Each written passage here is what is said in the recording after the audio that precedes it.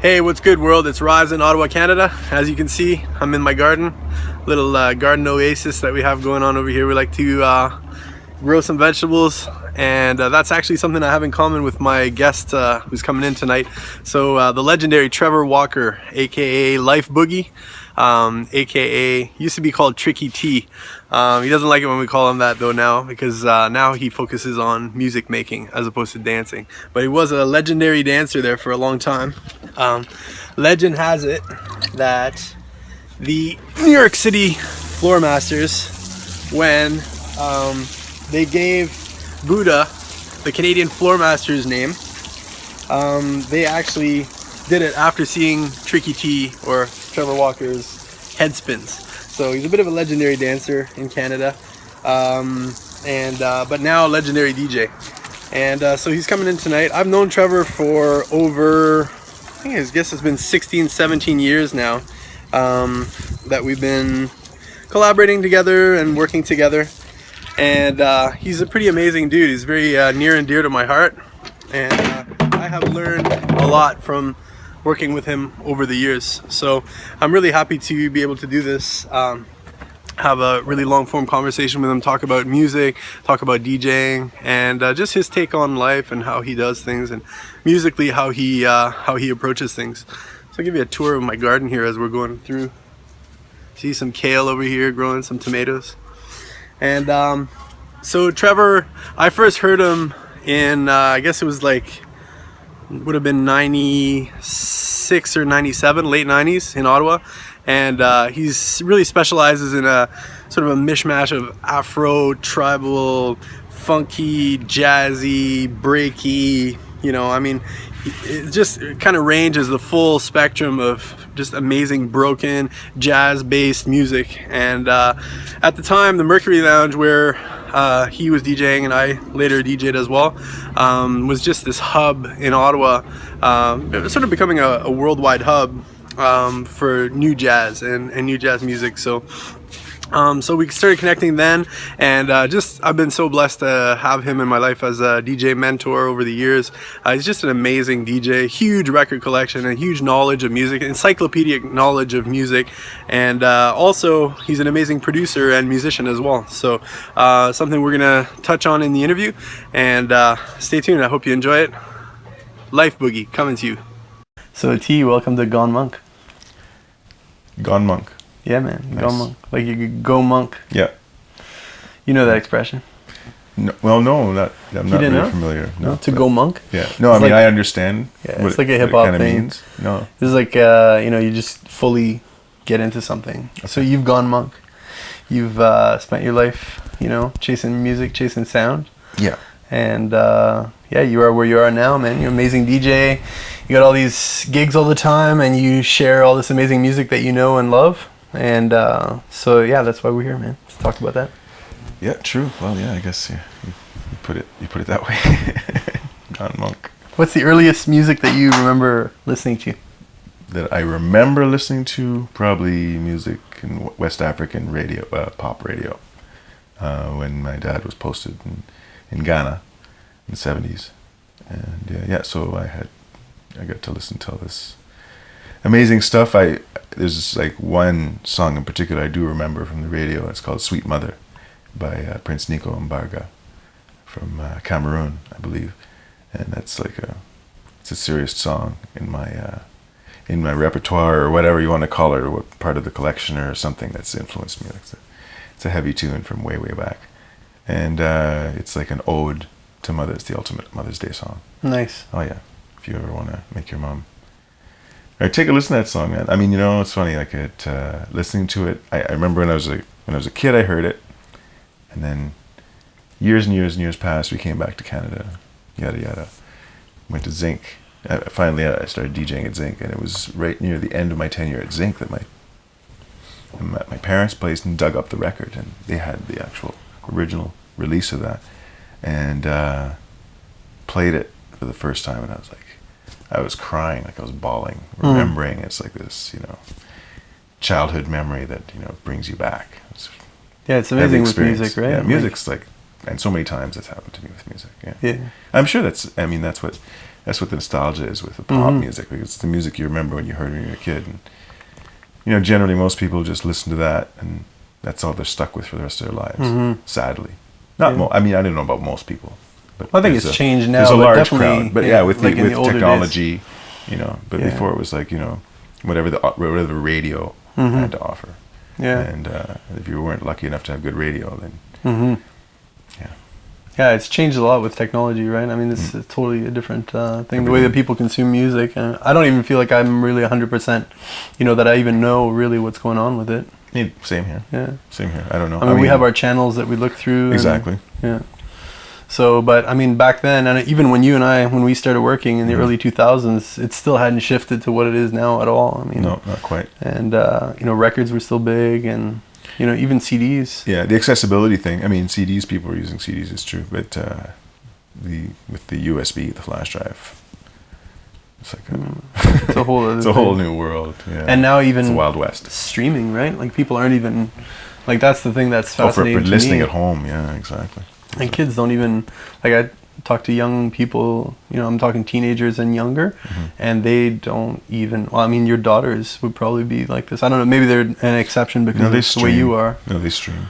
But when they're streaming, the thing is that they don't really care what it is anymore. It's like a channel or a certain selector or whatever that they're following, right? So, I mean, I think, you know, what happens is as people get exposed to the music, my daughters are kind of, you know, an exception. So they, you know, my eldest will listen to what she listens to, and it's, you know, the pop stuff. You know, she's really into Drake at the moment, right? So, but she, you know, she'll stream that, and, you know, the general pop stuff. My youngest will get upset when certain songs come on, and vice versa. Like, they both have their tastes in music.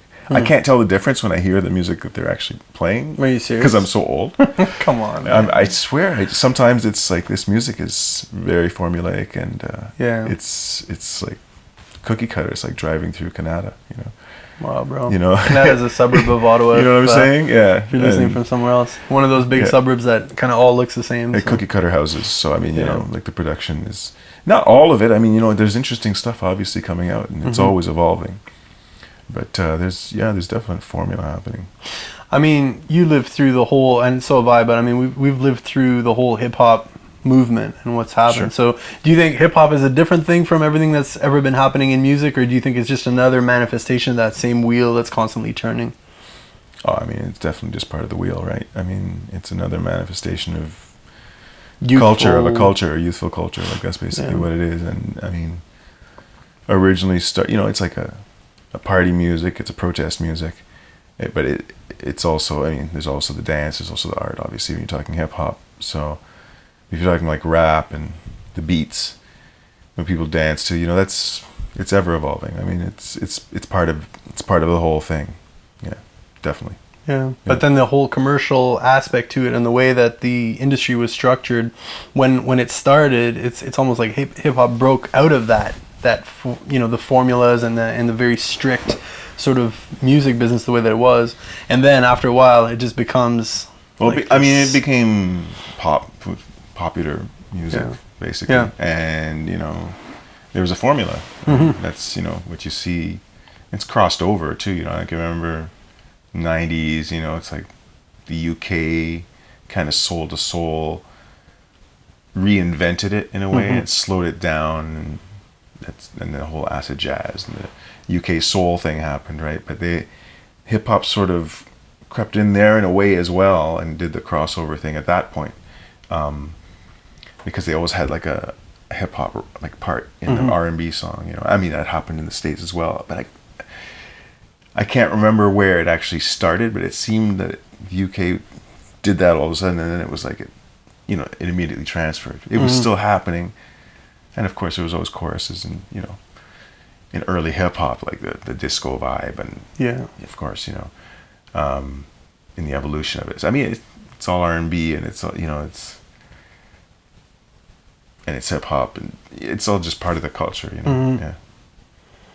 Yeah. So, I mean, where do you see this going now? Like, in terms of the money that's involved in it, the companies that are involved in it, and then the sounds that people are in, and the mass media aspect of it, like the radio aspect of it.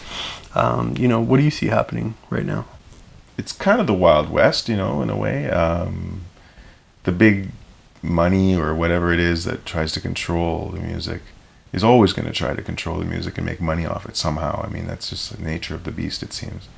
But the DIY, you know, if you go out and do it, I mean, you know, if you work hard at it and your stuff is valid, anything can happen. Yeah. Money doesn't seem to be coming from online unless you have your own website. And if, you know, the Bandcamp thing seems to be a good formula for people. They're making money that way, selling at least physical product. You know, I mean, the accessibility is amazing, and if you get your name out there, you're going to be able to sell lots of stuff. I mean, vinyl's really popular, physical stuff's really popular, but touring is the thing I think that where artists are truly going to make money and their own money, and the only real way to make the money at it is to own the tour as well. You know, don't let the third party, you know, the whole thing with, for example, with the Hip with their final tour, right? And the way the scalpers just bought up all the tickets. It's like, what the hell? Yeah. You know, so no matter what, you know, it's like no matter what, you can't seem to. Yeah, I call it the Uberization of everything. You know? It's like everything's turning into that type of model. There's less and less money going around with everything. I mean, and Uber's supposed to be the sharing community. It's like, I don't know, I find it a little bit funny. It's a job, you know, whatever, but it's a low-paid job with a lot of risk. You know, I mean, what happens when I think you have to work hard to make money doing it, from what I understand. Like, and also the insurance companies aren't even really covering properly, right? So I don't know. There's going to be some disasters with this thing where, you know, insurance companies refusing to pay for huge settlements. I mean, it's going to be a nightmare. People are going to lose their shirts on it for sure. Yeah, well, I think anyway. That's what I see. I don't use Uber. Yeah. No, I mean, I have it, but I have friends, tons of friends who do, and family who do. It's convenient, you know. I mean, I'm not going to say I may not use. I may use it in the future. Who knows? Depends where I am. What the deal is. What. Yeah. I mean, it's just the way it's evolution. You know, things are changing. It's. Yeah, man. I feel like in the '70s, it was you know, we were sort of riding high on the spoils of the whole, you know, society, the way that it was set up with, you know, unions and higher paid jobs and all that. And then ever since the 80s, it's just, you've really seen this decrease of people's, you know, incomes in relation to the expenses, things getting more expensive. Job security is gone, the way of the dodo, basically, you know, I mean, offshoring all the labor around. And, you know, I think that's just another manifestation of it in the music business is, you know, is that now, you know, nobody pays for music, or very few people pay for music. And so that, you know, when we started, that little bit of steam that was left in the business, I think, is really gone. And like you said, it's this huge, you know, it's a Pandora's box of creativity, which is amazing. And you can find lots of amazing music happening, but not that many people who are actually making, you know, a decent living doing it. Yeah, it comes down to touring and marketing and branding and all that kind of thing. Like, personally, I'm not very good at it. You know, I'm trying. I've had a little bit of help here and there from people and whatnot. I'm not a good promoter. I'm just, you know, I'm more about just playing the records and trying to make music. That's where I'm at. I'm kind of introverted in a way, you know. I mean, the whole social aspect of DJing and having to go out and socialize and that kind of thing. I enjoy it, you know, but it's interesting. I like to go out and dance, right? But I want to just dance. You know, I don't really want to. But I like interacting with people at the same time. It's a lot of, I don't know, it's a lot of energy maybe. Well, it's different modes, right? Like completely different modes. And being in the studio, or even DJing when you're really in your zone and you're just in there in your music, and then, you know, being social is a very different thing, right? So that's why I think a lot of artists they lean on, like the true artists that I know, I mean, they tend to lean on the side of being the antisocial, like just focus in on the thing they're doing. So it's a tough balance to strike, you know? It's really hard. It's true. It's hard. I mean, I'd rather just, you know, make music. Yeah, make music. Just, you know, I'm a hermit. Well, I think most artists have that tendency to focus in. I think what we've talked about a lot is how, you know, at the same time, these amazing technological tools, they enable us to do these crazy things, but they also require a lot of us, you know. I mean, it demands a lot of attention to be part of the, you know, to the Facebook and Twitter and everything else. I mean, it's just Instagram. It's just this constant distraction. Yeah, the time investment is huge. Yeah, That's the and word I think was our looking for. concept of time has shifted a lot in the last 10 years. Yeah. I mean, obviously, like you and I, we both have families. It's like there's not as much free time, but Yeah.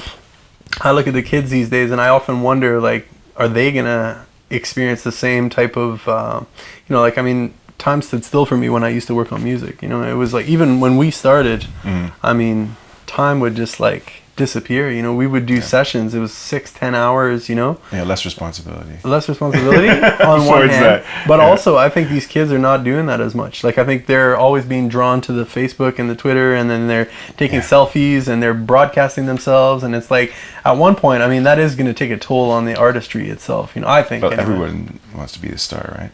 I think is what it is. That's, I mean, the people that are doing that is like definitely.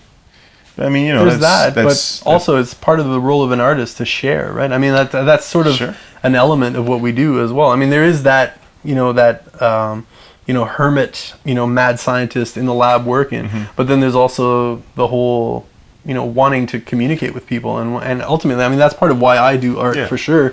Is like, I do get this sense of satisfaction off of sharing it with people, and that's obviously. I think that's the same thing as what you're describing as far as people taking selfies and the kids on Facebook and yada yada. I think that it is the same thing. It's as in a way. I mean, maybe there's more depth to what an artist is doing, but everyone wants to be noticed, and everyone, to some degree, and that's part of communication as well in a way. Maybe it's negative, maybe it's not. I don't know. It's perception, but yeah. I mean, is it more valid, basically, that an artist is sharing, whereas a person is sharing just a photo of themselves? Maybe it is. It is. It is art in a way. If you really want to look at it. And everyone is an artist, really. I mean, if you think about it, they're all crafting their own life in the most artistic way that they know how to do, right? I mean, hopefully with, this technological advancement, people will be allowed to actually do their artistry. Because from that comes innovation, generally. Yeah. Which is amazing. I mean... And I think you'd agree with me that there is more, music is more innovative. If you look at overall the big spectrum, like I can sit in front of SoundCloud and just have my mind blown on a regular basis. It's amazing what's going on out there. There's good and bad, but that's all taste too, right? Yeah, I mean, it's phenomenal, actually. Yeah, it's I mean, that's and that sort of ties in with what I'm just saying about technology advancing and people being able to do what they want to, and you get to hear the spectrum of like creativity, which is amazing. Yeah, from like super talented musicians just going off to people who don't have a clue about a chord going off. I always think about the karaoke funk when I started hearing the ghetto, the baile funk stuff, and like how that scene, it was all these kids in like the Brazilian ghettos that were working with like a drum machine and a mic, and a 4-tracker. And then it was like all this stuff started coming out, and it was so fresh when it first started. It was like, what the hell is that? Trap, yeah. I mean, there's lots of instances. I mean, I think that's what really drum and bass, and like we're talking about that broken beat, the West London sound from the 2000s, and that was another example of that. This little node of people that just sort of influenced each other, and they all went in this direction. And then pretty soon you've got like every one of the Bugs in the Attic like putting out all their own sound. I mean, and there's stuff. It's all about the sounds, though. It's all about technology that gave people the ability to do the sound, like which is so cool, right? Yeah. But the same thing happened way back when the first drum kit was assembled, because people would play the drums separately before. One guy would be playing the cymbal, another guy would be playing the bass drum, another guy would be playing the snare in a marching band, right? When you think about that, so it all got compacted. That and you get jazz and funk and all the kit sound, where you wouldn't have had that. So it's kind of it's a new technology, basically, evolving the music. So the electronic guy and like the West London sound, for example, or the drum and bass. I mean, drum and bass and house music and whatnot, that stuff done on the drum machines when people started doing that stuff. But it's still a throwback to jazz fusion and disco, and I mean, of course, like reggae, the broken beat. Well, too, reggae is one of the biggest influences all down the line in everything. It's amazing. Yeah, reggae is crazy. Yeah, for me, reggae is like the thing that's changed modern music. It's like the one like out there thing where it's like it's Afro Latin, like crazy, and it's its own thing. And it just the approach, like the rhythmic approach Yeah. to me, has just flipped everything. You know. Yeah, reggae is pretty crazy. I don't think house would ever have happened without reggae, personally. I mean, myself, and definitely not hip hop. Well, house is sort of birth of jazz too, though. And disco, obviously. Well, disco. I mean, jazz before disco. Hmm. I mean, the hi hat in house is a jazz hi hat. I would say. Hmm. Yeah, it's true. Shuffle. Yeah. Yeah, I think it goes back, to that. I mean, disco goes back to that generally too, right? Yeah. I mean, I'm not really a musicologist by any means. I just Well, you sort of are, bro. I mean, a little bit. I mean, just you don't looking have a at degree records. in it, but you got. I don't know all the dates and Yeah. I don't know all the names and stuff, but I have an idea of sort of and theories as to how things happened and also what I've read, of course, and how things, through meetings and through, yeah, it's crazy. It's amazing. Yeah, man. It's a beautiful thing, man. It's like the language. It's this other language, So you started out as a dancer, obviously. Yeah. I mean, that was. Do you want to talk about those years, or? Sure. So you were a b-boy. You were. You started dancing with Buddha. Yeah, for sure. And you were part of the Canadian Floor Masters. Yeah. One of the original ones, right? Yeah. I mean, preceding, I was with Dynamic Crew. Okay. And let's see, that there might have been a crew before that, but I can't remember the name. I mean, my brother and I basically danced together. It was, when we were. So how old were you? Right.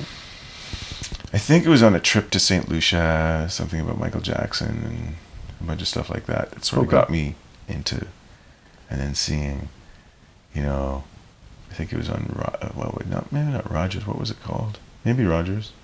Some community access channel. Community access channel, and they had like a breakdancing competition, and the music was just so amazing. Nothing ever heard like it before. Electro. Yeah. Jam On It was one song that stood out. I remember. Just nice. And these guys with crazy routines, doing their stuff. It was like, and you'd only catch little glimpses of it here and there. You'd flash dance, and then Beat Street came out and breaking. I mean, but yeah, I mean, we used to throw it out. I used to throw it out with the Dynamic Crew, and that's before the club scene, before going out. Like I was pre-drinking age kind of thing, and then we had a falling out, and then there was a battle. It was pretty epic, actually, really, when you think about it back in times. Like, we went to the Sportsplex, like, and we had a dance off full on. Like there's just no internet. There's no cell phones. Yeah, that's and there was a good a 300 people. World, man. There was the 300 people there who would call each other on their landlines and said, "It's going down at the Sportsplex." Da da da da. Yeah. People, 2 ghetto blasters showed up. We linked them up, and the crowd kept cramping in. It was insane. And when you think about it, it's like, wow, what a crazy battle. And it was a pretty amazing battle, I think. Nice. I mean, no footage of it ever. Of course around. not. Yeah. Of course not. No cell phones, no nothing. Yeah, it's amazing. How, and I feel like I remember experiences like that in parties in my, like my middle school, and dancing and listening to music and stuff. And it's like I remember some of the songs and I remember the music, but there's nothing of it. Even in my high school years, there's like a few pictures, you know. There's no recordings. And now everything is everywhere. Everything is recorded. It's that's got to have an impact on people, man. I'm sure. I mean, I guess it's affected me at all. It must have. I don't notice it. I've just sort of gone with it. I think we self-censor a lot more than we used to. I just generally do, and I've always kept it that way. It's like, just because I grew up without it. I mean, I guess if I'd grown up with it, I wouldn't see it as an issue. Mm-hmm. The whole thing of longevity, I mean, it's going to suck for some of these youth when they get older and have their stuff there forever. And unless, of course, there's a technology crash, which is very possible. Who knows? Which is very possible. I don't know, man. I think everything's saved in duplicate and triplicate. And it won't matter if, like, there's an ice age. It won't matter if we can't eat. Because, I mean, who's going to look at that stuff? Nobody's going to look at it. Apocalyptic scenario. Yeah. My tech guy that I use for my computers was telling me that when you send an email, there's like 8 copies of it now. So, like, it goes into one, it goes another one, and the Canadian Internet Registry, and then it goes to the States, and there's a copy that's kept in the States, and then it comes back. It's like 8 copies of it. It's jokes. It's ridiculous. Yeah. Surveillance. Back to dancing. So Yeah. you were dancing like so- pretty serious, right? Like I mean, you were Yeah, really no. in it, like, So from there, basically, it was like that's when I joined up with Floor Masters, which is Buddha's. Buddha's like my big brother. Basically, he's the man. I mean, he was always kind of a social worker, dude.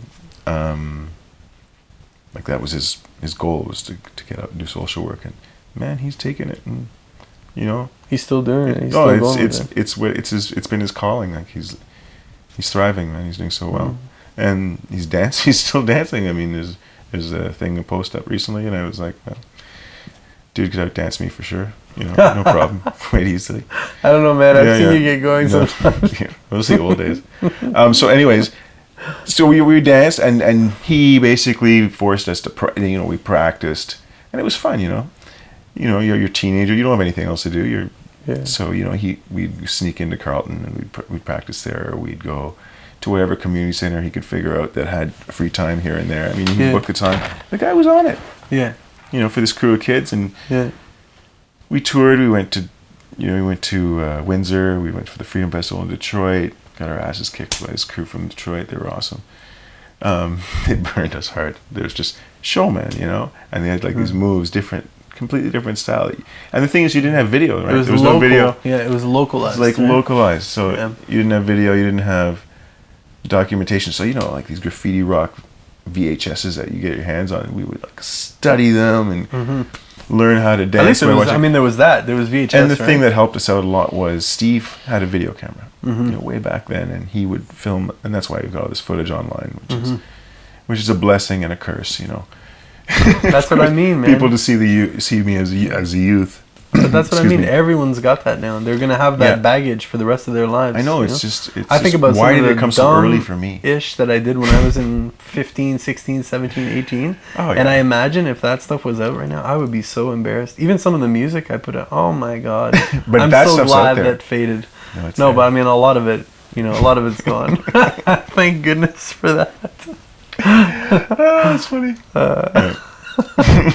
So, but do you still like? Do you ever miss that training and like really the training? I miss the dancing? training now. Yeah, for sure. I mean, why don't you come out and dance with us sometimes? I know. I've got to come. I need to get out. I think I can still rock it pretty hard. No, you can rock really hard, bro. But I mean, it's not about like it's not a contest. It's just about like. No, I'm not even talking about. I'm saying I can still like probably dance. I'm not talking about battling or anything. I'm not interested in. But I mean, it's the whole thing is like the training is the journey, right? Yeah. Like that's the thing. No, I just want to dance. The whole workout thing's cool, but then going through movements is cool. But I just like to dance to do it, and I mean, I just put on a beat and I start moving to it, and then just start moving to different parts of the song, and that's how I dance and that's how I'd work out. Yeah. You're still an amazing dancer, bro. Like we were filming something a couple days ago, and Sarah and I were watching it. And we were just watching you dance. We're like, wow, man! Like you're a really interesting dancer. You need to bust out more, man, and like train with us. I should watch it because I don't know how I dance. Really. Though you will see it. Yeah. So why do you love music so much, man? I don't know. It's the force, man. It's like I don't know our life force's song. I think that's what it is in a way, maybe. It's the best way I could say it. It's like it's the expression of our beings, I guess, that's, and then when we get together, it's like this amazing, I mean, it's life, that's what it is. It's like, music is life, it is. It is. and it's a reflection, it's like birdsong, how beautiful that is when you hear it, we try to emulate it maybe. With the results are just ridiculous. Yeah, man. Like we are the loudest, most obnoxious. I mean, we make so much noise; it's unbelievable. There's no creature that makes more noise. I mean, with their voices, maybe physically, but wow, can we ever make noise? And sometimes it's beautiful, man. Yeah. Sometimes it just takes you. And, I don't know, and it's always new. Old is new. I mean, digging for records is just such a phenomenon because. You're seeing all these different and rare records. The reason why people like rare records because it's something that they haven't heard, of course, maybe hopefully for the first time. It's not just to own a rare record, but actually to hear the music on it. But you get to hear this new stuff that somebody created maybe a long time ago, maybe just recently, you know what I mean? And you get to hear their expression and their ideas or whatever. And when it's innovative and new and completely, you know, off the wall, you may not like it at first, and eventually it'll grow on you. And that's the stuff I find that, you know, that you can connect with, and will make you cry in 20 years after you haven't heard it, or, you know, the lyric or that chord or whatever, that solo, whatever it is, you know, that just, and that's it, I think, you know, expression. Yeah. I often wonder, you know, what it must be like to listen to music as you, because I feel like maybe I'm not as open-minded about it, or I don't know what it is, but I have a more limited appreciation of music. Like, I think if you look at our record collections, it's a pretty good example. Like, I'm constantly culling it down, and I'm trying to find, like, and it's like a different approach, you know. That's so your way. I'm interested in that. Like, what is it that makes you the way that you are? You know, because you have a very broad spectrum of music that you enjoy, but at the same time, you're very picky as well. You know, you're not, you don't love everything. No, I for don't. sure. There's some stuff I really dislike. Yeah. You know, so I don't know what is it? I don't know you what my parameters are, but it's feel, man. If I feel it, yeah, that's what it So, comes but down do you think to. that feel, like, first of all, do you think this is like nature and nurture, or do you think it's fully nurture? Like, in other words, is there music that you were born predisposed to liking, or is I it think like so. Maybe to some degree?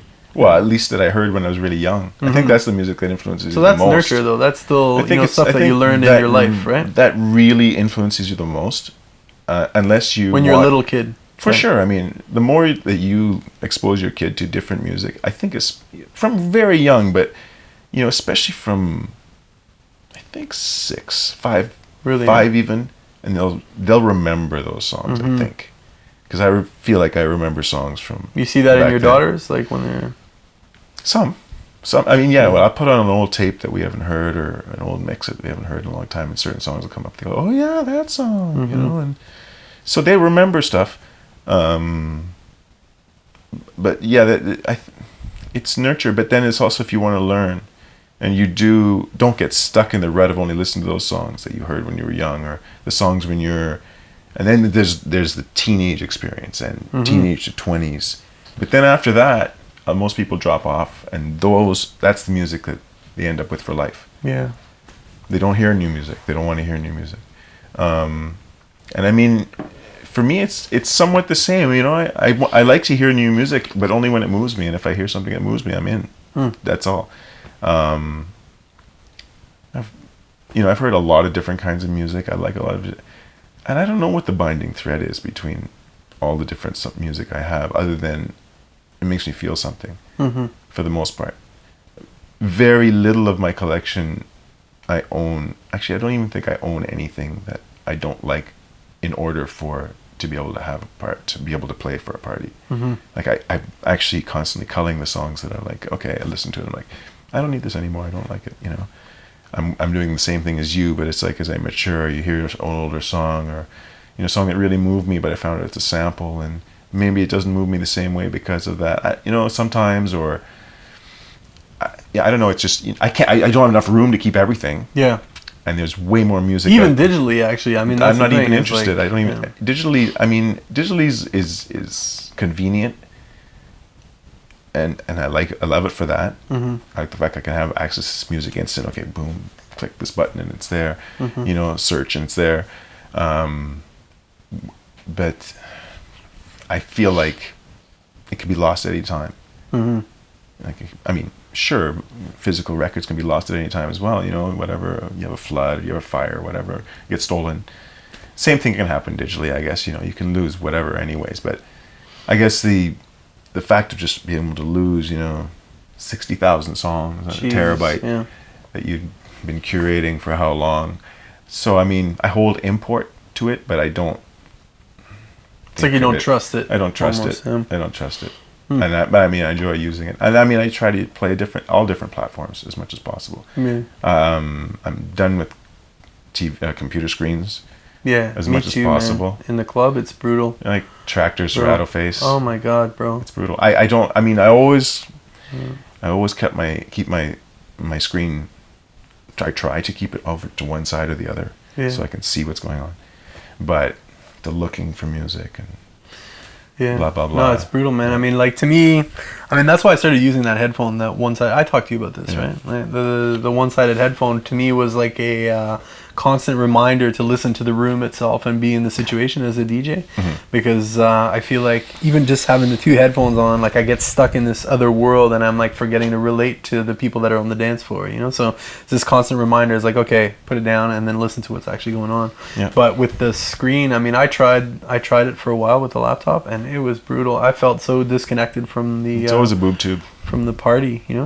Like, you just feel like you're stuck in there and it's just not right.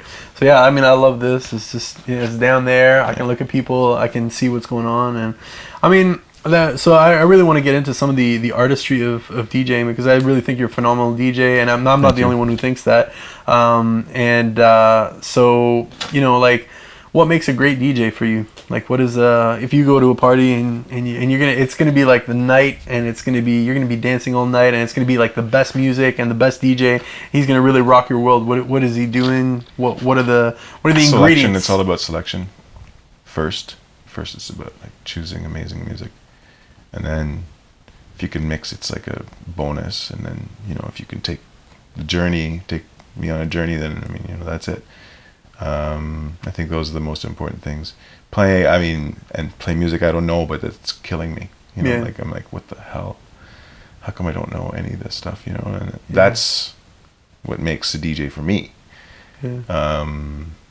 Same with me, pretty like much. Skill, selection. You know, obviously, you know, you got skills. It's like, you know, like some of these DJs I hear, I'm just like, I'm no comparison to these guys. Like, what they're doing is like just phenomenal. Like technical chops, you're talking about. Technical and selection. I mean, there's people that I hear playing. Their technical and their selection is just killer. Like, they're out there. I mean, they're not. It's not every DJ, obviously. No, there's some amazing DJs out there for sure. Yeah, I mean, I mean, I think those are the ingredients for me. Those are really important. You know. I mean, it's about selection, man. The mixing thing is nonsense. It doesn't matter. Yeah. Well, I mean, it's like, it does matter when you're dancing, and you know, I mean, it makes a difference. It makes a difference. I'm not going to say no. Obviously, it matters. I mean, I learned to mix for a reason. Yeah. But it's not the prime ingredient. For me, the prime ingredient is about selection. I think it's the most important thing. I mean. Sure, I mean, but from that comes rocking the crowd, because if you got the right, it's all about selection, right? Because you got to have the right. And the right record at the right time. I mean, the amount of times where I've walked into empty clubs and it's like slamming, I don't get that. Really hard house music playing. It's like, whoa, you know?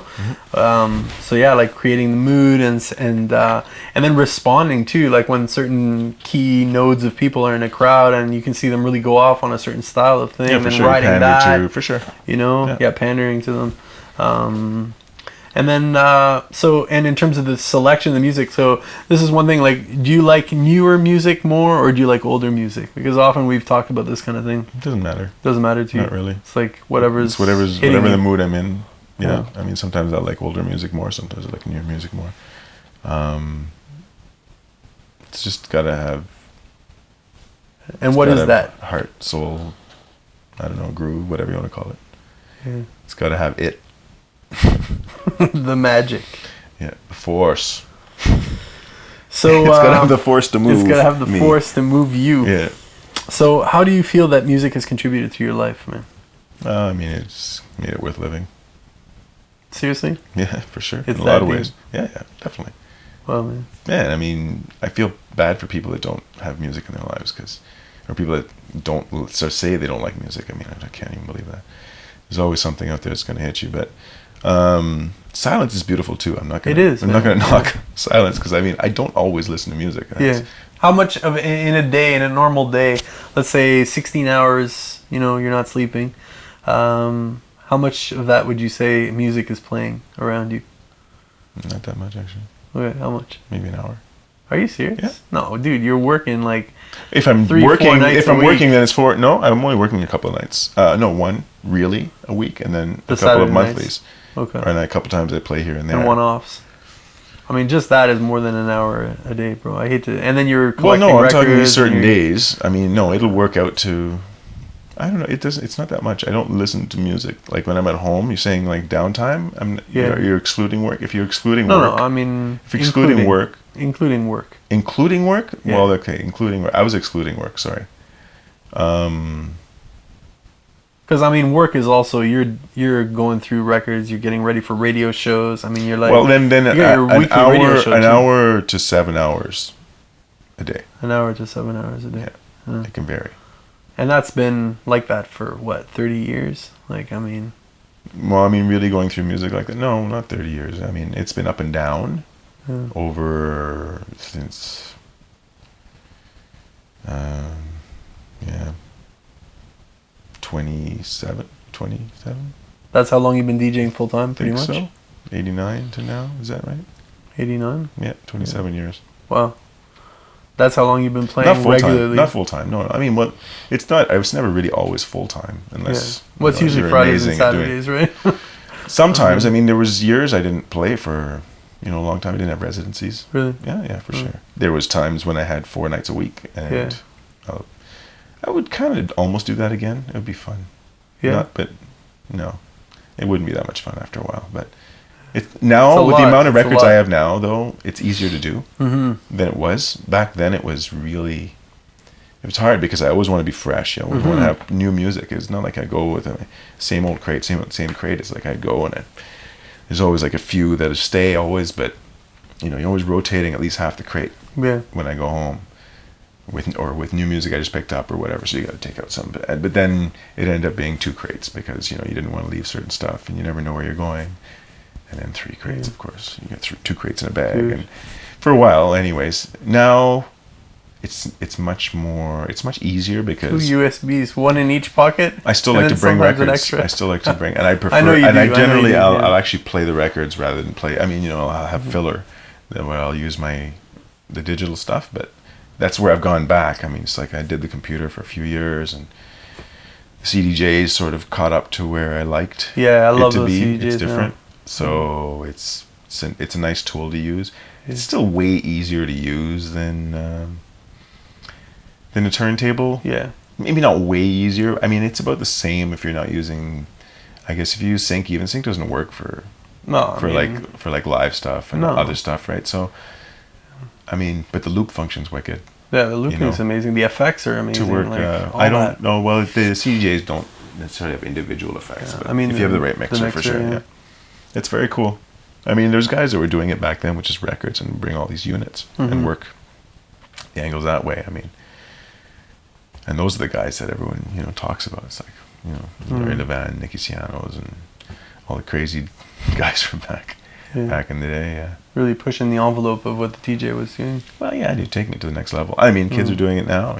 They're constantly doing it. It's amazing what kids are doing. Yeah. The turntable is instrumental guys. Are like. Yeah, I mean that's a whole other arena as well, right? So. Yeah, how do you feel about that? Like, why don't you scratch more? And why isn't that something that you've really pursued? What's your take on turntablism in general? I love it, man. I think it's amazing. I mean, now it's even better with a laptop. I like it even more because you don't ruining your record. That's one reason why I didn't kind of do it. It's because you get this like in the beginning of the record it would wear it out. To the point where you'd be playing the record and that part where you used to scratch, you wouldn't even hear it anymore at all. It's like gone. So that's kind of been a deterrent because, records are expensive. Sometimes you never find them. Like you only found that one, you don't want to ruin it. So that's been a thing. I like juggling and stuff like that a bit more at to some point, or like looping stuff or whatever. But I'm not much of a turntablist, I don't think. I mean, I can scratch a little bit here and there. I'm not very good, I don't think. It's fun, sometimes. I don't know. Yeah, man, I feel you completely. It's not my thing, but I mean, the talent's out there, man. Wow, some some of them are amazing. Yeah, I noticed you've been reposting some of the Scratch Bastard videos and stuff like that. Amazing. Yeah, he's amazing. Actually, he wanted me to do the barbecue. Oh yeah. I'm not going to be here. So sad. Okay. It's a real shame. So Ottawa's a small town, a smallish town. It's just Not really. Well, it's getting bigger for sure. It's gotten bigger actually, even since we, since it's we sprawl started. though. The sprawl sucks. It does suck. It's not. That's what makes it a small town. It's like a bunch of little centers. Yeah, if everyone was in one place, I mean, that's the beauty of big cities is that. Yeah. I mean, and the infill has been happening. It's like the city's been trying to do it, but it's. There's resistance. Obviously, people don't. I feel like the kiss of death for Ottawa was allowing building outside of the Greenbelt. They should have densified within, Orleans and all that, and like Barrhaven, all these places should have never happened. Yeah. It's a real shame. But anyway, urban deserts, I call them. Yes, they certainly are. But so given that Ottawa is what it is, and it is a conservative town, it's a government town, and all that, which has some positive aspects to it. Mm-hmm. But what obstacles and sort of struggles have you had as a DJ? Because I mean, it's not the first city that I would think of in terms of making a living and a life as an artist. So what are your thoughts on that? Well, my family keeps me here to some degree. I mean, there's always a chance I'll move and try it. I'm probably getting too old to try to live the dream properly, but it'd be fun to try. Ottawa, struggles in Ottawa, let's see. I don't know, you know what? There's only 2 stations that really play the stuff. I mean, if mainstream even did more shows of underground music, it would make a big difference. Like the one thing, when you go to New York or you go to bigger cities. I mean, now it exists more with the internet radio. You can have everything, right? But there's something about a community radio station or a station that's in your city that you will listen to that station, right? And have some maybe be patriotic towards it or something just because it's your hometown station, yada yada. But they don't really push the envelope. No, they don't at all. And that is what hurts the music scene as a whole. I mean, it's way better than it's ever been, and I blame technology, internet, the interweb. That's what I blame for that. That's why it is the way it is now, and it's gotten better because people have exposure and people know much more. I mean, it makes it more challenging for a guy like me too to try to always be. Back in the day, I could be fresh because nobody could find these records. There's only they were imports or whatever the case was. And now it's not like that. I could be playing stuff. And sometimes it amazes me that people don't know what I'm playing because they can have access to it. But I mean, they may not know at that moment what I'm playing, for example. But, I'm almost trying to make it fresh. And that it's harder now, basically.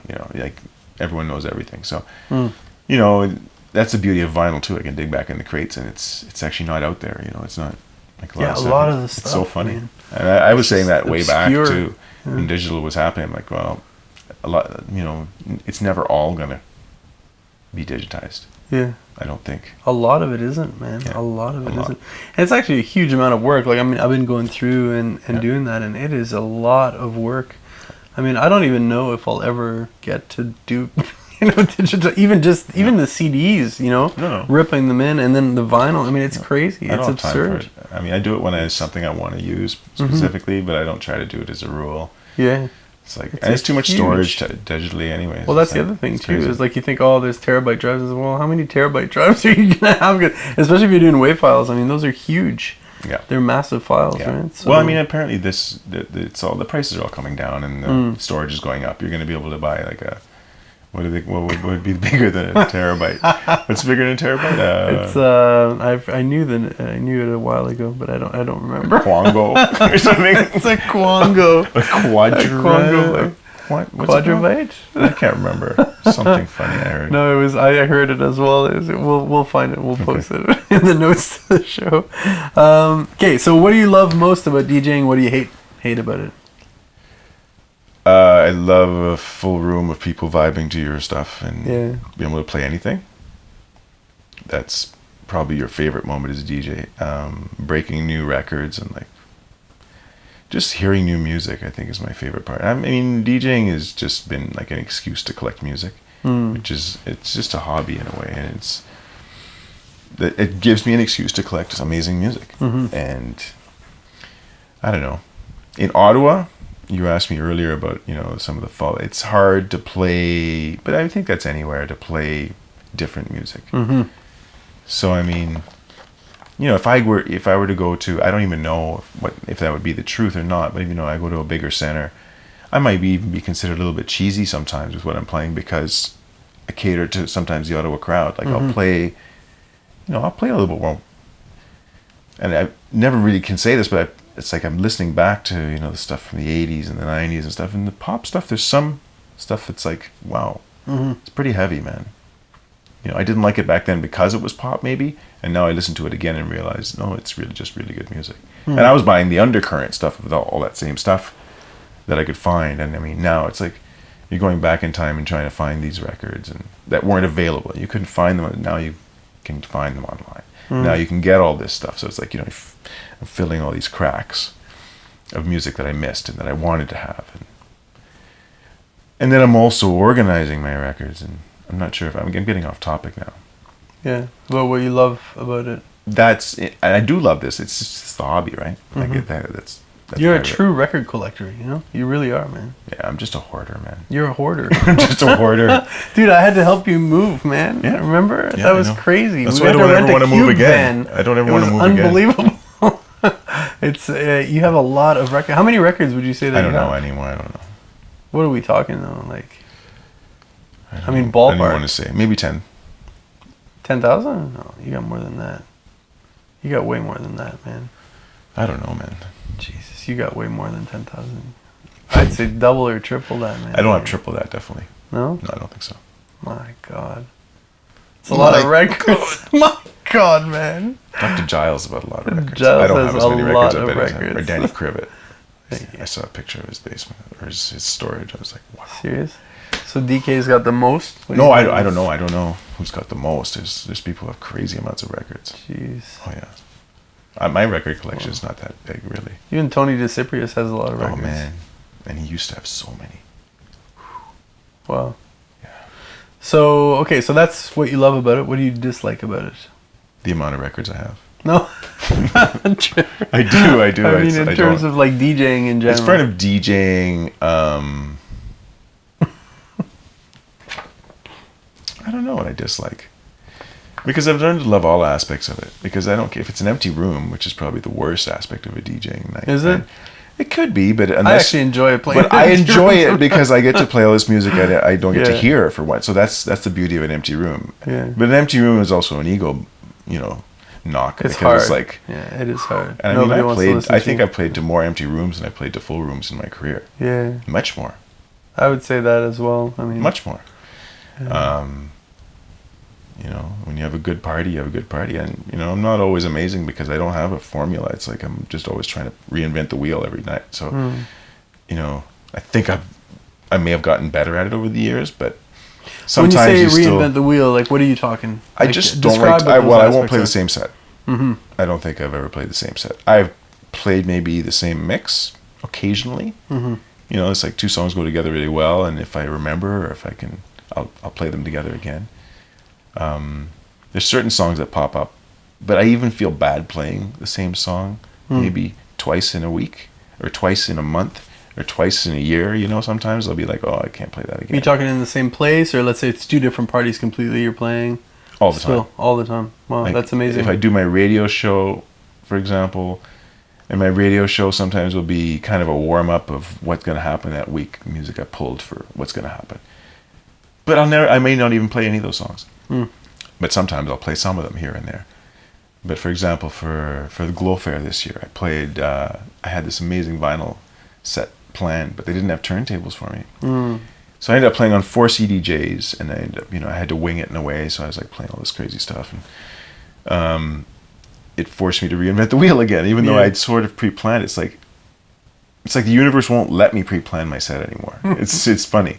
I do pre-plan my sets more than I ever have before. Like in the past, it was always freestyle. Like, it was the records you pulled and then you worked your way through them and you try. And it's still the same philosophy behind it, that you're trying to play different songs, or at least in a different order, or it'll be different, And that's what made it hard to play 4 nights a week back in the day, because I only had a limited amount of records. Then it was, then it was a shelf, or then it was 2 shelves, or however many I had.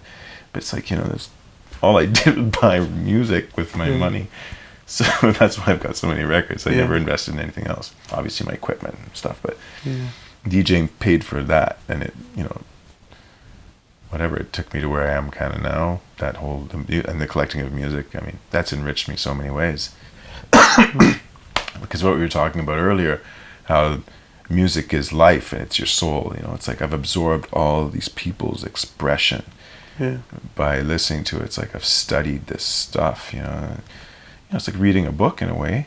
It is. I mean, to some degree, it's all these different elements that you're sort of, your mind is taking into consideration. And there's that, it makes you feel all these crazy feelings, and, you know, it can make you feel, it's amazing. Music, it makes you feel all kinds of different feelings. It really does. Like, I've noticed when I say I don't listen to music, I only listen to music that much at home, you know, sometimes it's like the silence. Or I'll listen to talk radio. Yeah, you listen to talk radio a lot, yeah. I like to be informed. I mean, at the same time, I'm finding I don't like to listen to talk radio as much anymore. I'm more like some of the talk radio has gone the way, you know, it's gone really downhill. I just listen to some stuff and I'm like, okay, I can't handle it anymore. But it's so sensationalistic now. Like, it's just seems like it's this constant, you know, trying to get your, you know, get you going, get you afraid, and get you. The other problem with music, though, with listening to music, is for me, listening to, like, I like to listen to my own mixes and stuff, and my own stuff that I have. I don't like listening to other people's music because I want to go and get it. If I hear stuff and it's good, I always want to get it. You want to find it. I just can't afford. First of all, I can't afford it, and I don't like to try to find stuff for free online. I just, you know, the quality, and then I feel bad about doing that.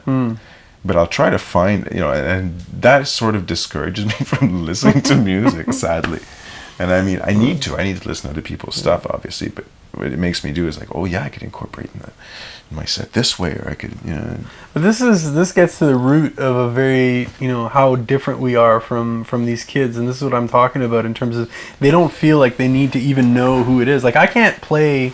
I have things. I have a folder of music that I haven't identified yet, and I can't even bring myself to play it out. Like, Wow, that's interesting. Can't. Like, I need to know who made the music, you know? And it's like, I think kids today just don't have that, you know, that need to know what it is and where it came from and who made it, you know? I don't know about that. I think so maybe there are kids that do. I mean, there's obviously people that... Yeah, do you have any music that you don't know the source of? Yeah, a lot. What do? You play it out? You don't care? Yeah, I don't care. Really? Wow, you're one of those kids, man. I have white labels. I have white labels from that I got on vinyl. I don't know what they are. So maybe it's just and I play them. Yeah. I mean, yeah, it's a shame not to. I can't play them. I play them on the radio even sometimes. I'm like, it's this. I don't know what it is. This is the Renault SKU on the inside, and hopefully you can find out what it is. Wow. Because there's stuff out there I don't know. I mean, even I have a few white labels like that, but most of them have some type of inscription on it. Now I can figure out some of them. Yeah. Some of them I can type it up, for example, in whatever search engine and see, or music's like whatever library type site, wherever, like Discogs, for example. You can type in like the etching on the little thing, and you can find out the serial number, or whatever. Serial number, or whatever. I forget what it's called. I know the name of it. I should know. I should know all this stuff by heart. But yeah. So you're talking about, you've mentioned several times about your age and stuff, and my age. I never said anything. Well, you've been alluding to it. I haven't said anything about my age. Well, as I'm getting older, as this is, you know, and so you are getting older. Yeah. So what? How do you find that that's changed your taste in music? No, I know more now. Yeah. That's all. So you don't think your taste itself has modified because of the getting older? No, I think I remember listening to music, like, for example, when I was young, 80s, and I was, you know, preteen, hearing Queen and hearing the song that I liked. Or hearing, for example, Tears for Fears the first time shout on the radio and being like, what is that? That's what I'm talking about. Because there's nothing on the air like that. With the beat, the music, it's like the funk or whatever. So it's always been that certain something. I mean, I don't know if those are good examples, but music from the early days, you know, that I heard, you know, 'cause you didn't hear it. It was, like I was saying, until I discovered CKCU, and then things changed. But for pop radio and stuff, before I knew, I was in the know. You know, it was just the sound. Those songs still stand for me, and I mean, there's all kinds now in between. There's like so many more in between over the years. That's all there is. It's just like there's that many more to the library that I don't remember all the music I bought. I don't know it all even. but when I hear it or I listen to it, I'll understand why I bought it. Mm. Like there's a lot of music over the years that, you know, you're buying so much, you don't get to play it all because you still only have so much time in a night. And then, you know, sometimes stuff falls in the wayside as you're flipping the crate over the years. Mm-hmm. And that's the buildup of stuff that I'm trying to go through and figure out, okay, did I buy this for the crowd? Did I buy this for me? And generally a lot of stuff I feel like I bought for myself. There's a few things that I bought for the crowd, which I still like them. Mm-hmm. Like I still, like, okay, this is okay. I'll still play this, and I'm not going to feel like I'm not playing from my heart. Mm. You know? So that's something you're always thinking about is the genuine, you know, it being a genuine expression, right? Oh, for sure. It has to. It has to be for the most part. I mean, as much as possible. I mean, as I go back, I listen to hip hop and I listen to lyrics. Some of the songs, I'm like, okay, I'm not going to play that anymore. Yeah, me too with hip hop. A lot of it. Anything misogynistic, anything that like is violent and stuff. I mean, I understand it's the expression of these people, but I just think that it's been turned. Like it was like I don't know, like feels like 93 is where this dark force came in, man. I mean, it was always kind of there, but it was still coming out as stories, or like, you know, it was like more like stories. It wasn't not necessarily constructive, but it was just the whole gangsterism of how badass I am. The whole ego thing, the machismo. It's like that's what turned me off. Mm-hmm. Of hip hop. Like, I mean, but there's still so much good out there. Like there's so much. Of course. And I mean, I'm going back even in my records, you know, preparing for my radio show. I pulled out some records that are hip hop kind of esque, and or you know, hip hop for real. And you listen to the lyrics, and there's just the way that, you know. I was listening to Black Alicious. I don't know if you know, but anyway, there's a record that came out, Soul Sides, and they also came out on Mo Wax, and there's this EP I had, Melodica EP it's called. And the Mo Wax version had all the instrumentals, and I used to play the hell out of it on this hip hop show I used to do back, Blunt to Dummies. And this guy, Latif the Truth Speaker and Lyrics Born, and the way that they work there. The song 40 Ounce. Song about, you know, alcoholism and how, you know, it takes your life away from you and stuff. The way that that kind of story, you know, it's like it's conscious. I mean, it's there still. It's always there in the music. It's always there right now in hip hop. Like there's the stuff, the good stuff or whatever that I consider stuff. It's like hitting. It's always been there. It's a matter of finding it. I just kind of got lost with production and then hearing the lyrics, and it's like, okay, I'm gonna just focus on, because you only have so much resources, and what are you going to spend your money on? So I'm losing my ramble. I'm losing my point. As you're getting older, I think that's how we started this thing. Yeah, you forget where you're going with your conversation. That's what. As I'm getting older, no, it's the same, man. It's just a lot more music that I'm aware of now. Yeah. It's really cool to go into used record stores and like. I mean, it's worse too, though. I mean, when I was younger, I'd just buy whatever, you know, looked cool or had, you know, someone of color or something Latin or something that's, you know, or whatever. It had something on the cover, you know, that's the stuff I was looking for, and it wasn't always right because you couldn't listen to this stuff. Now it's, you know, knowledge. You get better at things. That's all, I guess. And if you go to the right store, it's crazy. It's messy.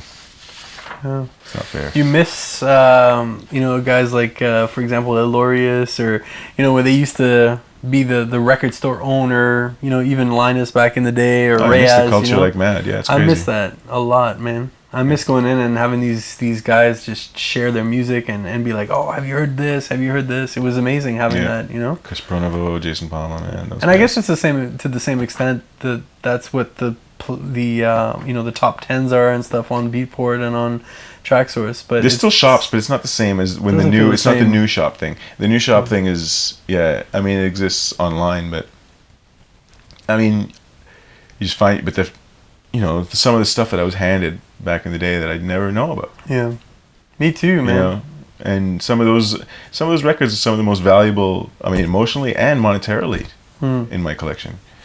some of those records just like, you know, they're the gold.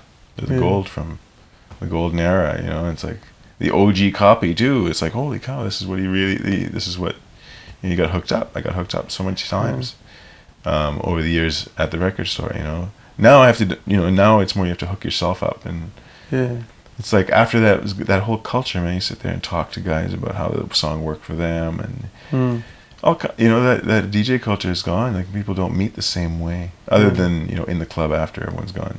Yeah. Done their downloads at home and whatever. Yeah. I mean, that's the part of DJing that I actually really enjoy, is the end of the night when, you know, it's been a long night, everyone's tired, but there's some great conversations and some great rapport and stuff. Right. So, I mean, how would you, when you think about your relationships with all the local DJs and stuff and all those late nights and stuff, how do you feel about that? There's been some really good times, man. Yeah. I mean, some parties that I remember that I don't remember. Yeah, it's been amazing. I mean, you know, I've made some amazing friends, and I've met some amazing people over the years, and it's some talent, some serious talent. He's got some serious talent. It's been a really good ride. There's nobody I don't really get along with. I mean, I can think of. And you know, yeah, it's a good scene for that. In terms of the mass media, I mean, we talked a little bit about it. How do you feel about like even the role of radio right now? I mean, if you think about, I can't keep up with what's going on the FM dial personally. I mean, like once in a while I'll just flip through there, and I'm just kind of, my mind is blown in terms of you know, the amount of golden oldies and 80s and 90s hits, and like they're all rehashing, or pop, or slightly modified different pop stuff. Yeah. Yeah, it's weird, man. It's a weird thing on the FM dial. But you know, overall, I mean, how do you feel about the mass media, like music in the mass media? How do you feel about that? Well, I feel like it's put out there just to control the masses. Yeah. Well, really, yeah. I mean, generally, it's like, you know, just keep them appeased, keep them appeased, keep them appeased. Or just give them something that they're gonna like. I mean, like what, you know, are they? It's not even giving people what they want to like. It's they force feed it. It's like they play the song 75 times a day until they like it, and then people are like, "Oh, I like this song. Oh yeah, I like this song." The first time you heard it, you may not have liked it, but I mean that also happens with stuff that's amazing as well as. But I mean, it doesn't happen to me. I mean, if I don't like something, it happens with everything though. You know, you get used to it enough that you almost like it. You know, or but a lot of people. I mean, I don't know what the psychology is behind it, but a lot of people just navigate. It's easy for them. They want to sing the lyrics. I think the fact that the devices are easy to use, like you get in your car and it's like the easiest thing to turn on, you know? I mean, iPhone, whatever, it's still a lot of work to sync that up and to plug it in or whatever it is. I mean, most people just, I mean, it's so hard to just get by in life in general. I find nowadays that I think people don't really have the energy or the time to put into it. You know? So no. Radio is easy. I think people curate their phones and play stuff on the. Some people do for sure. I mean, people listen to the radio. I mean, yeah, but then, you know, people don't have the time or the patience to do that either. Like I said, you know, generally people, by the time you're maybe 35, you know, you've stopped buying new music. Really. That's you may be downloading new music now. I mean, now maybe it's changed. I think it's changing. The monetary thing has changed because you can get it for free, right? So, but the radio still is the easiest mode of consuming music. I agree. Because it's everywhere and it's just on all the time, right? So, I mean, I think that it's controlled, and I mean, they're trying to sell particular artists. They want people to follow that. They want, you know, it's the managing. It's the same as it's always been, really. It hasn't changed, except now it's just getting more and more concentrated, into one kind of owner. You know, and that creates, you know, what's the word I'm looking for? That's what creates the cookie cutter. You know, in a way, it's like, okay, this is what's going to happen from the top, and it's going to filter down and be the same everywhere. Does it work on, like, for example, your daughters? Do they? Oh, for sure, they're into pop music to some degree because that's what they hear. Yeah. However they get to hear it or not. I can't even define pop music now. I mean, there's so much. It's all over the mop. Yeah, it's all over the map. It is. Sorry, the mop. It needs to be mopped up. Yeah, but no, it's all over the map. I mean, there's pop. Well, I mean, but you know, it's pretty. No, it's pretty nichey. It's electronica mostly. Mostly, it's electronica, which is ridiculous because for that pop. But then you got also the rock pop. right? Or the folk pop. Or and I think this is a Canadian thing. That's a Canadian thing more than it really is. Yeah. Because I mean, if you go to the States, they don't have that much. No, it's hip hop. Not like that. It's hip hop or R&B. You know, soul, like that kind of newer EDM as well. But it's not. They don't really like. There's something up with Canada and like that kind of indie rock Canadian sound, right? I mean, that is huge here. Yeah. And like, what's funny to me is like, you know, kids, a lot of them, I listen to everything, and it's like they literally are listening to like everything. And if you give them new stuff, I mean, right now, I mean, I was listening to an interview with Kamasi Washington, who I just saw recently. It blew my mind. Amazing. He was one thing he said that really struck me was about how, you know, they're playing their songs, they're playing their music for all kinds of different people, and they're getting into it. People are getting into it. People want that stuff. They just don't know. Yeah, they don't know. They don't have the exposure, and that's what needs to happen. You need to have like more curators on the radio, not the big boss saying you're going to have this playlist. You know, you got to let people do their own thing, and that's why you have the beauty of community radio. Of course, that's, you know, it's always going to be. Sometimes, you know, but you now can go too far wherever in any direction, and that's the beauty of it. Right there, it's like you'll get it all. But now it's bloggers, you know. They're killing it as well. I mean, that's really the new changing thing. Yeah, that's the new thing. You know, the fact that I can put up my mixes online and anyone can listen to them is amazing. Right? I love doing that. I mean, that's what it's about, man. Like I've always wanted to just share it that way. You know, you put out tapes, you put out CDs, but it's not the same. You're broadcasting yourself 100%. Yeah. That's cool, man. Yeah. And so what would you say some of the life lessons are that you've learned through music? Jeez.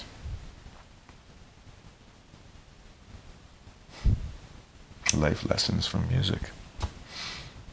Wow. I don't know, tolerance maybe?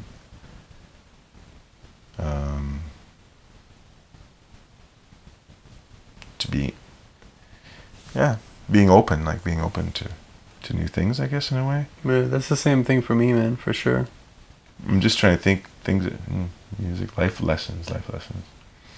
Either from making it or listening to it. I mean, that's the other thing. We haven't really, I mean, we've been talking about you DJing, but I mean, you are a producer and a musician as well, right? So, I mean, a musician writer, a little bit, yeah. Vocalist as well? Yeah. Percussionist?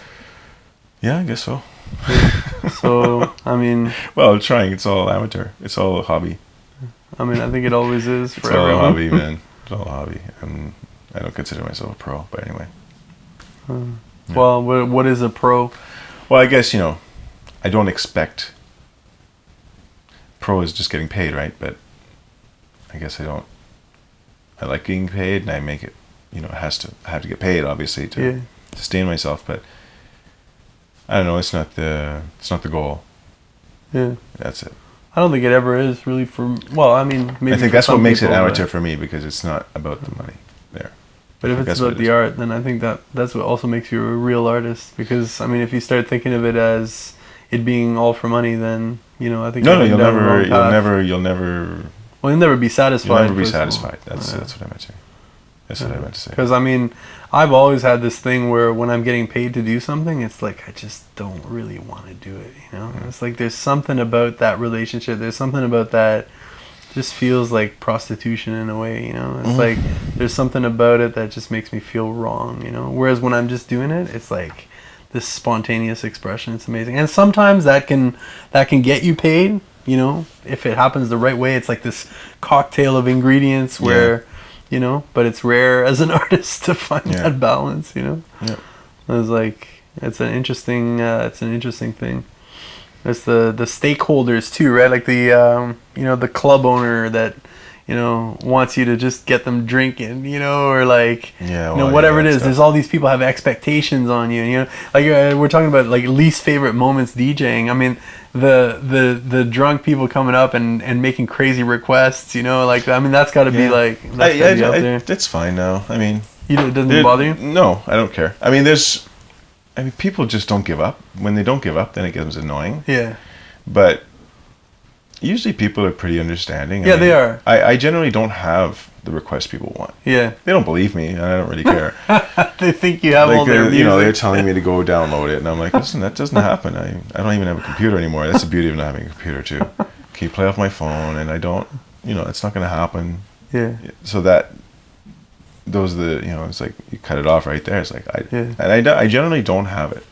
Give me a genre. Yeah. Yeah. And I'll try to help you out. Yeah. You know, unless you really know or you understand what's going on, or, you know, if you just want to come in and impose your will, or like, you know, whatever. Why even go listen to somebody play? But if you want to hear a specific song, you know, ask me, and you know, if I've got it, I'll play it. I don't mind. I mean, obviously, if it fits into what's going on at the moment. But if it's, you know, somebody's asking me for like a slow song in the middle of an up tempo thing, yeah, you know, sometimes you can throw that in, it'll work. Sometimes it'll work. But you know, I'll obviously use my judgment, and I'll be honest. I'll say, listen, okay, I may not play that till much later. Yeah. Or, you know, sometimes I played it already, or whatever the case is. I don't know. Yeah, the good ones are like, oh, can you play Latin music? Or yeah, it's like, yeah, okay, but then they don't get it sometimes. Sometimes they want to hear that. Anyway, or you are playing Latin music, and they come up and ask you to play Latin music. That's the best, yeah. It's like full on cumbia. Like, you play some Latin music? I'm like, yeah. I'll get right on that. It's amazing. Yeah. You know, you mentioned CP there, Chris Pronovo, and you mentioned Jason Palma. Oh, yeah. I mean, those guys are some pretty serious music heads in Canada. Tony DeCiprius. Yeah. Miguel in Montreal, Miguel Grassa. Sure, Miguel Grassa. So, you know, aside from that, I mean, or if you want to talk about those guys, that's fine. But, you know, some of your mentors and people that you've respected over the years in Canada, like shining lights in the Canadian scene. In the Canadian scene? Yeah. Well, Vinyl Richie out west is killer. I mean, he's my boy from way back. Curtis Smith from Toronto. Andy Capp. And, you know, he's serious as well. Like, what exactly are you wondering? Yeah, like either mentors or people that you've looked up to over the years. Well, I mean, definitely. I mean, both of my original mentors are passed now. It's so sad. That first gave me my break were Nadine Gelano and Michel Leveillé from the Zinc, and that's my first gig, and they're. You know, what's the one piece of advice Miguel gave me, which has really stuck with me, and I really like it.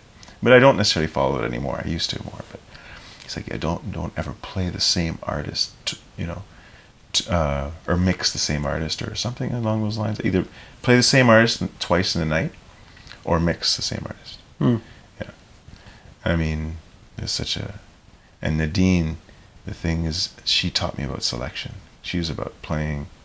It wasn't about the mix. It was about playing really good music all the time. Mm-hmm. When you start compromising your selection from music to mix, you've lost it. Mm-hmm. And I mean, I see that happen. I see it happen for myself when I DJ. You know, if I start if I give into the mix and not focus on what I'm trying to do or the vibe, then, you know, it'll screw up your vibe. I find. You know, I mean, formulas always work. They can work too, but it still comes down to selection. But I mean, those two are definitely big on my list. There's a lot of guys out there. Names aren't coming to me. Locally, Pedro Diaz has been a staple over the years. I mean, I'm gonna forget names, so I'm gonna stop. Because I'm not gonna remember. Technobrat, of course, he's like a staple. Elorius, of course, yeah, we've mentioned Elorius. I mean, Louis Ducharme, the Alis over the years. Bunny Weeks was a crazy DJ from back. He was like, man. Anyway, who else from? I mean, there's Marty Villeneuve, of course. You know, he's doing it. Young guys like Etienne Osborne, he's on all the big labels that I used to play from back in the old days. He's straight from the hood. Fred, Yeah. You know, Fred's born in Hull, man. Yeah. Homeboy. Made it good. Yeah, it was. I mean, the list is. And what super about long. internationally? Like some of the people that you've followed over the years that have really, you know, shaped your way of either playing or the music selections and the things. Like DJs who I've seen. Yeah, I've seen I mean, or you just know, listened to. The Chicago guys are really good. You know, like I mean, I'm talking the big names, Derek Carter and Sneaker. They're both phenomenal DJs. They're amazing. I mean, Heather's right up there. Like, and then of course, you know, there's Louis Vega and Kenny Dope. Like these guys are all like superstars. They're freaking amazing. Mm. You know, they got the Blazes. You got like the DJ Spen. I just posted something. DJ Spen. I mean, I saw him in Amsterdam, and these guys are monsters, man. When they get on, and they like I'd never want to play after any one of these guys. You know, let alone even opening. I mean, yeah, sure, you can really do something opening. Opening is really important, actually, but it's hard, you know, when you have like some of these icons that come through. And, yeah, man. Whew. I mean, there's a reason why, you know, some of these guys are where they are. Is because they're freaking amazing. There's lots. There's so many. Internationally, God, Ocean Lade. And a lot of these guys have come through the club too. Yeah, I mean, for sure. Down. I mean, I'm leaving out so many Yeah. that really were like phenomenal. Yeah, I mean, even lately, young guy Mike Steva, or Steve, I'm not sure. It's he Steva, right? killed me. Yeah, he was really Mike good, Steva. really good. You know, there's lots, man. There's so many. You know, who's really cool is Mad Mats. Who's really cool for sure. And he's like taking it, man, to the next level. Yeah. With all the labels, the music. Yeah. Well, you're gonna be heading off to Europe next month, so you're gonna probably, hopefully, get to catch some of these guys over there, right? We'll see. I don't think so. I think I'm gonna be too, just kind of vacation-y. Nice. If it happens, if anything's around and I see it, I'll definitely go. But I don't think I'm not gonna be in any major centers except for Paris for a little while. I might actually get to catch Soul Jazz. Oh yeah. They've got a show, so I'm actually looking forward. Cool, Hometown man. over in Paris. Paris. That'd be nice. In Paris, yeah. Nice, man. Well, this is a dope conversation, man. Hopefully Yes, we'll sir. do this again. And yo, man, thanks for sharing all this stuff. It was really great having you. Right on, man. All right. Thanks for being here, bro. Yeah, man. So there you have it, my interview with Trevor Walker, legendary Ottawa DJ, collector, and funny guy too. It was a pretty funny conversation. So I hope you enjoyed that. If you did, please click on subscribe. Keep in touch, and look for lots more coming your way very soon.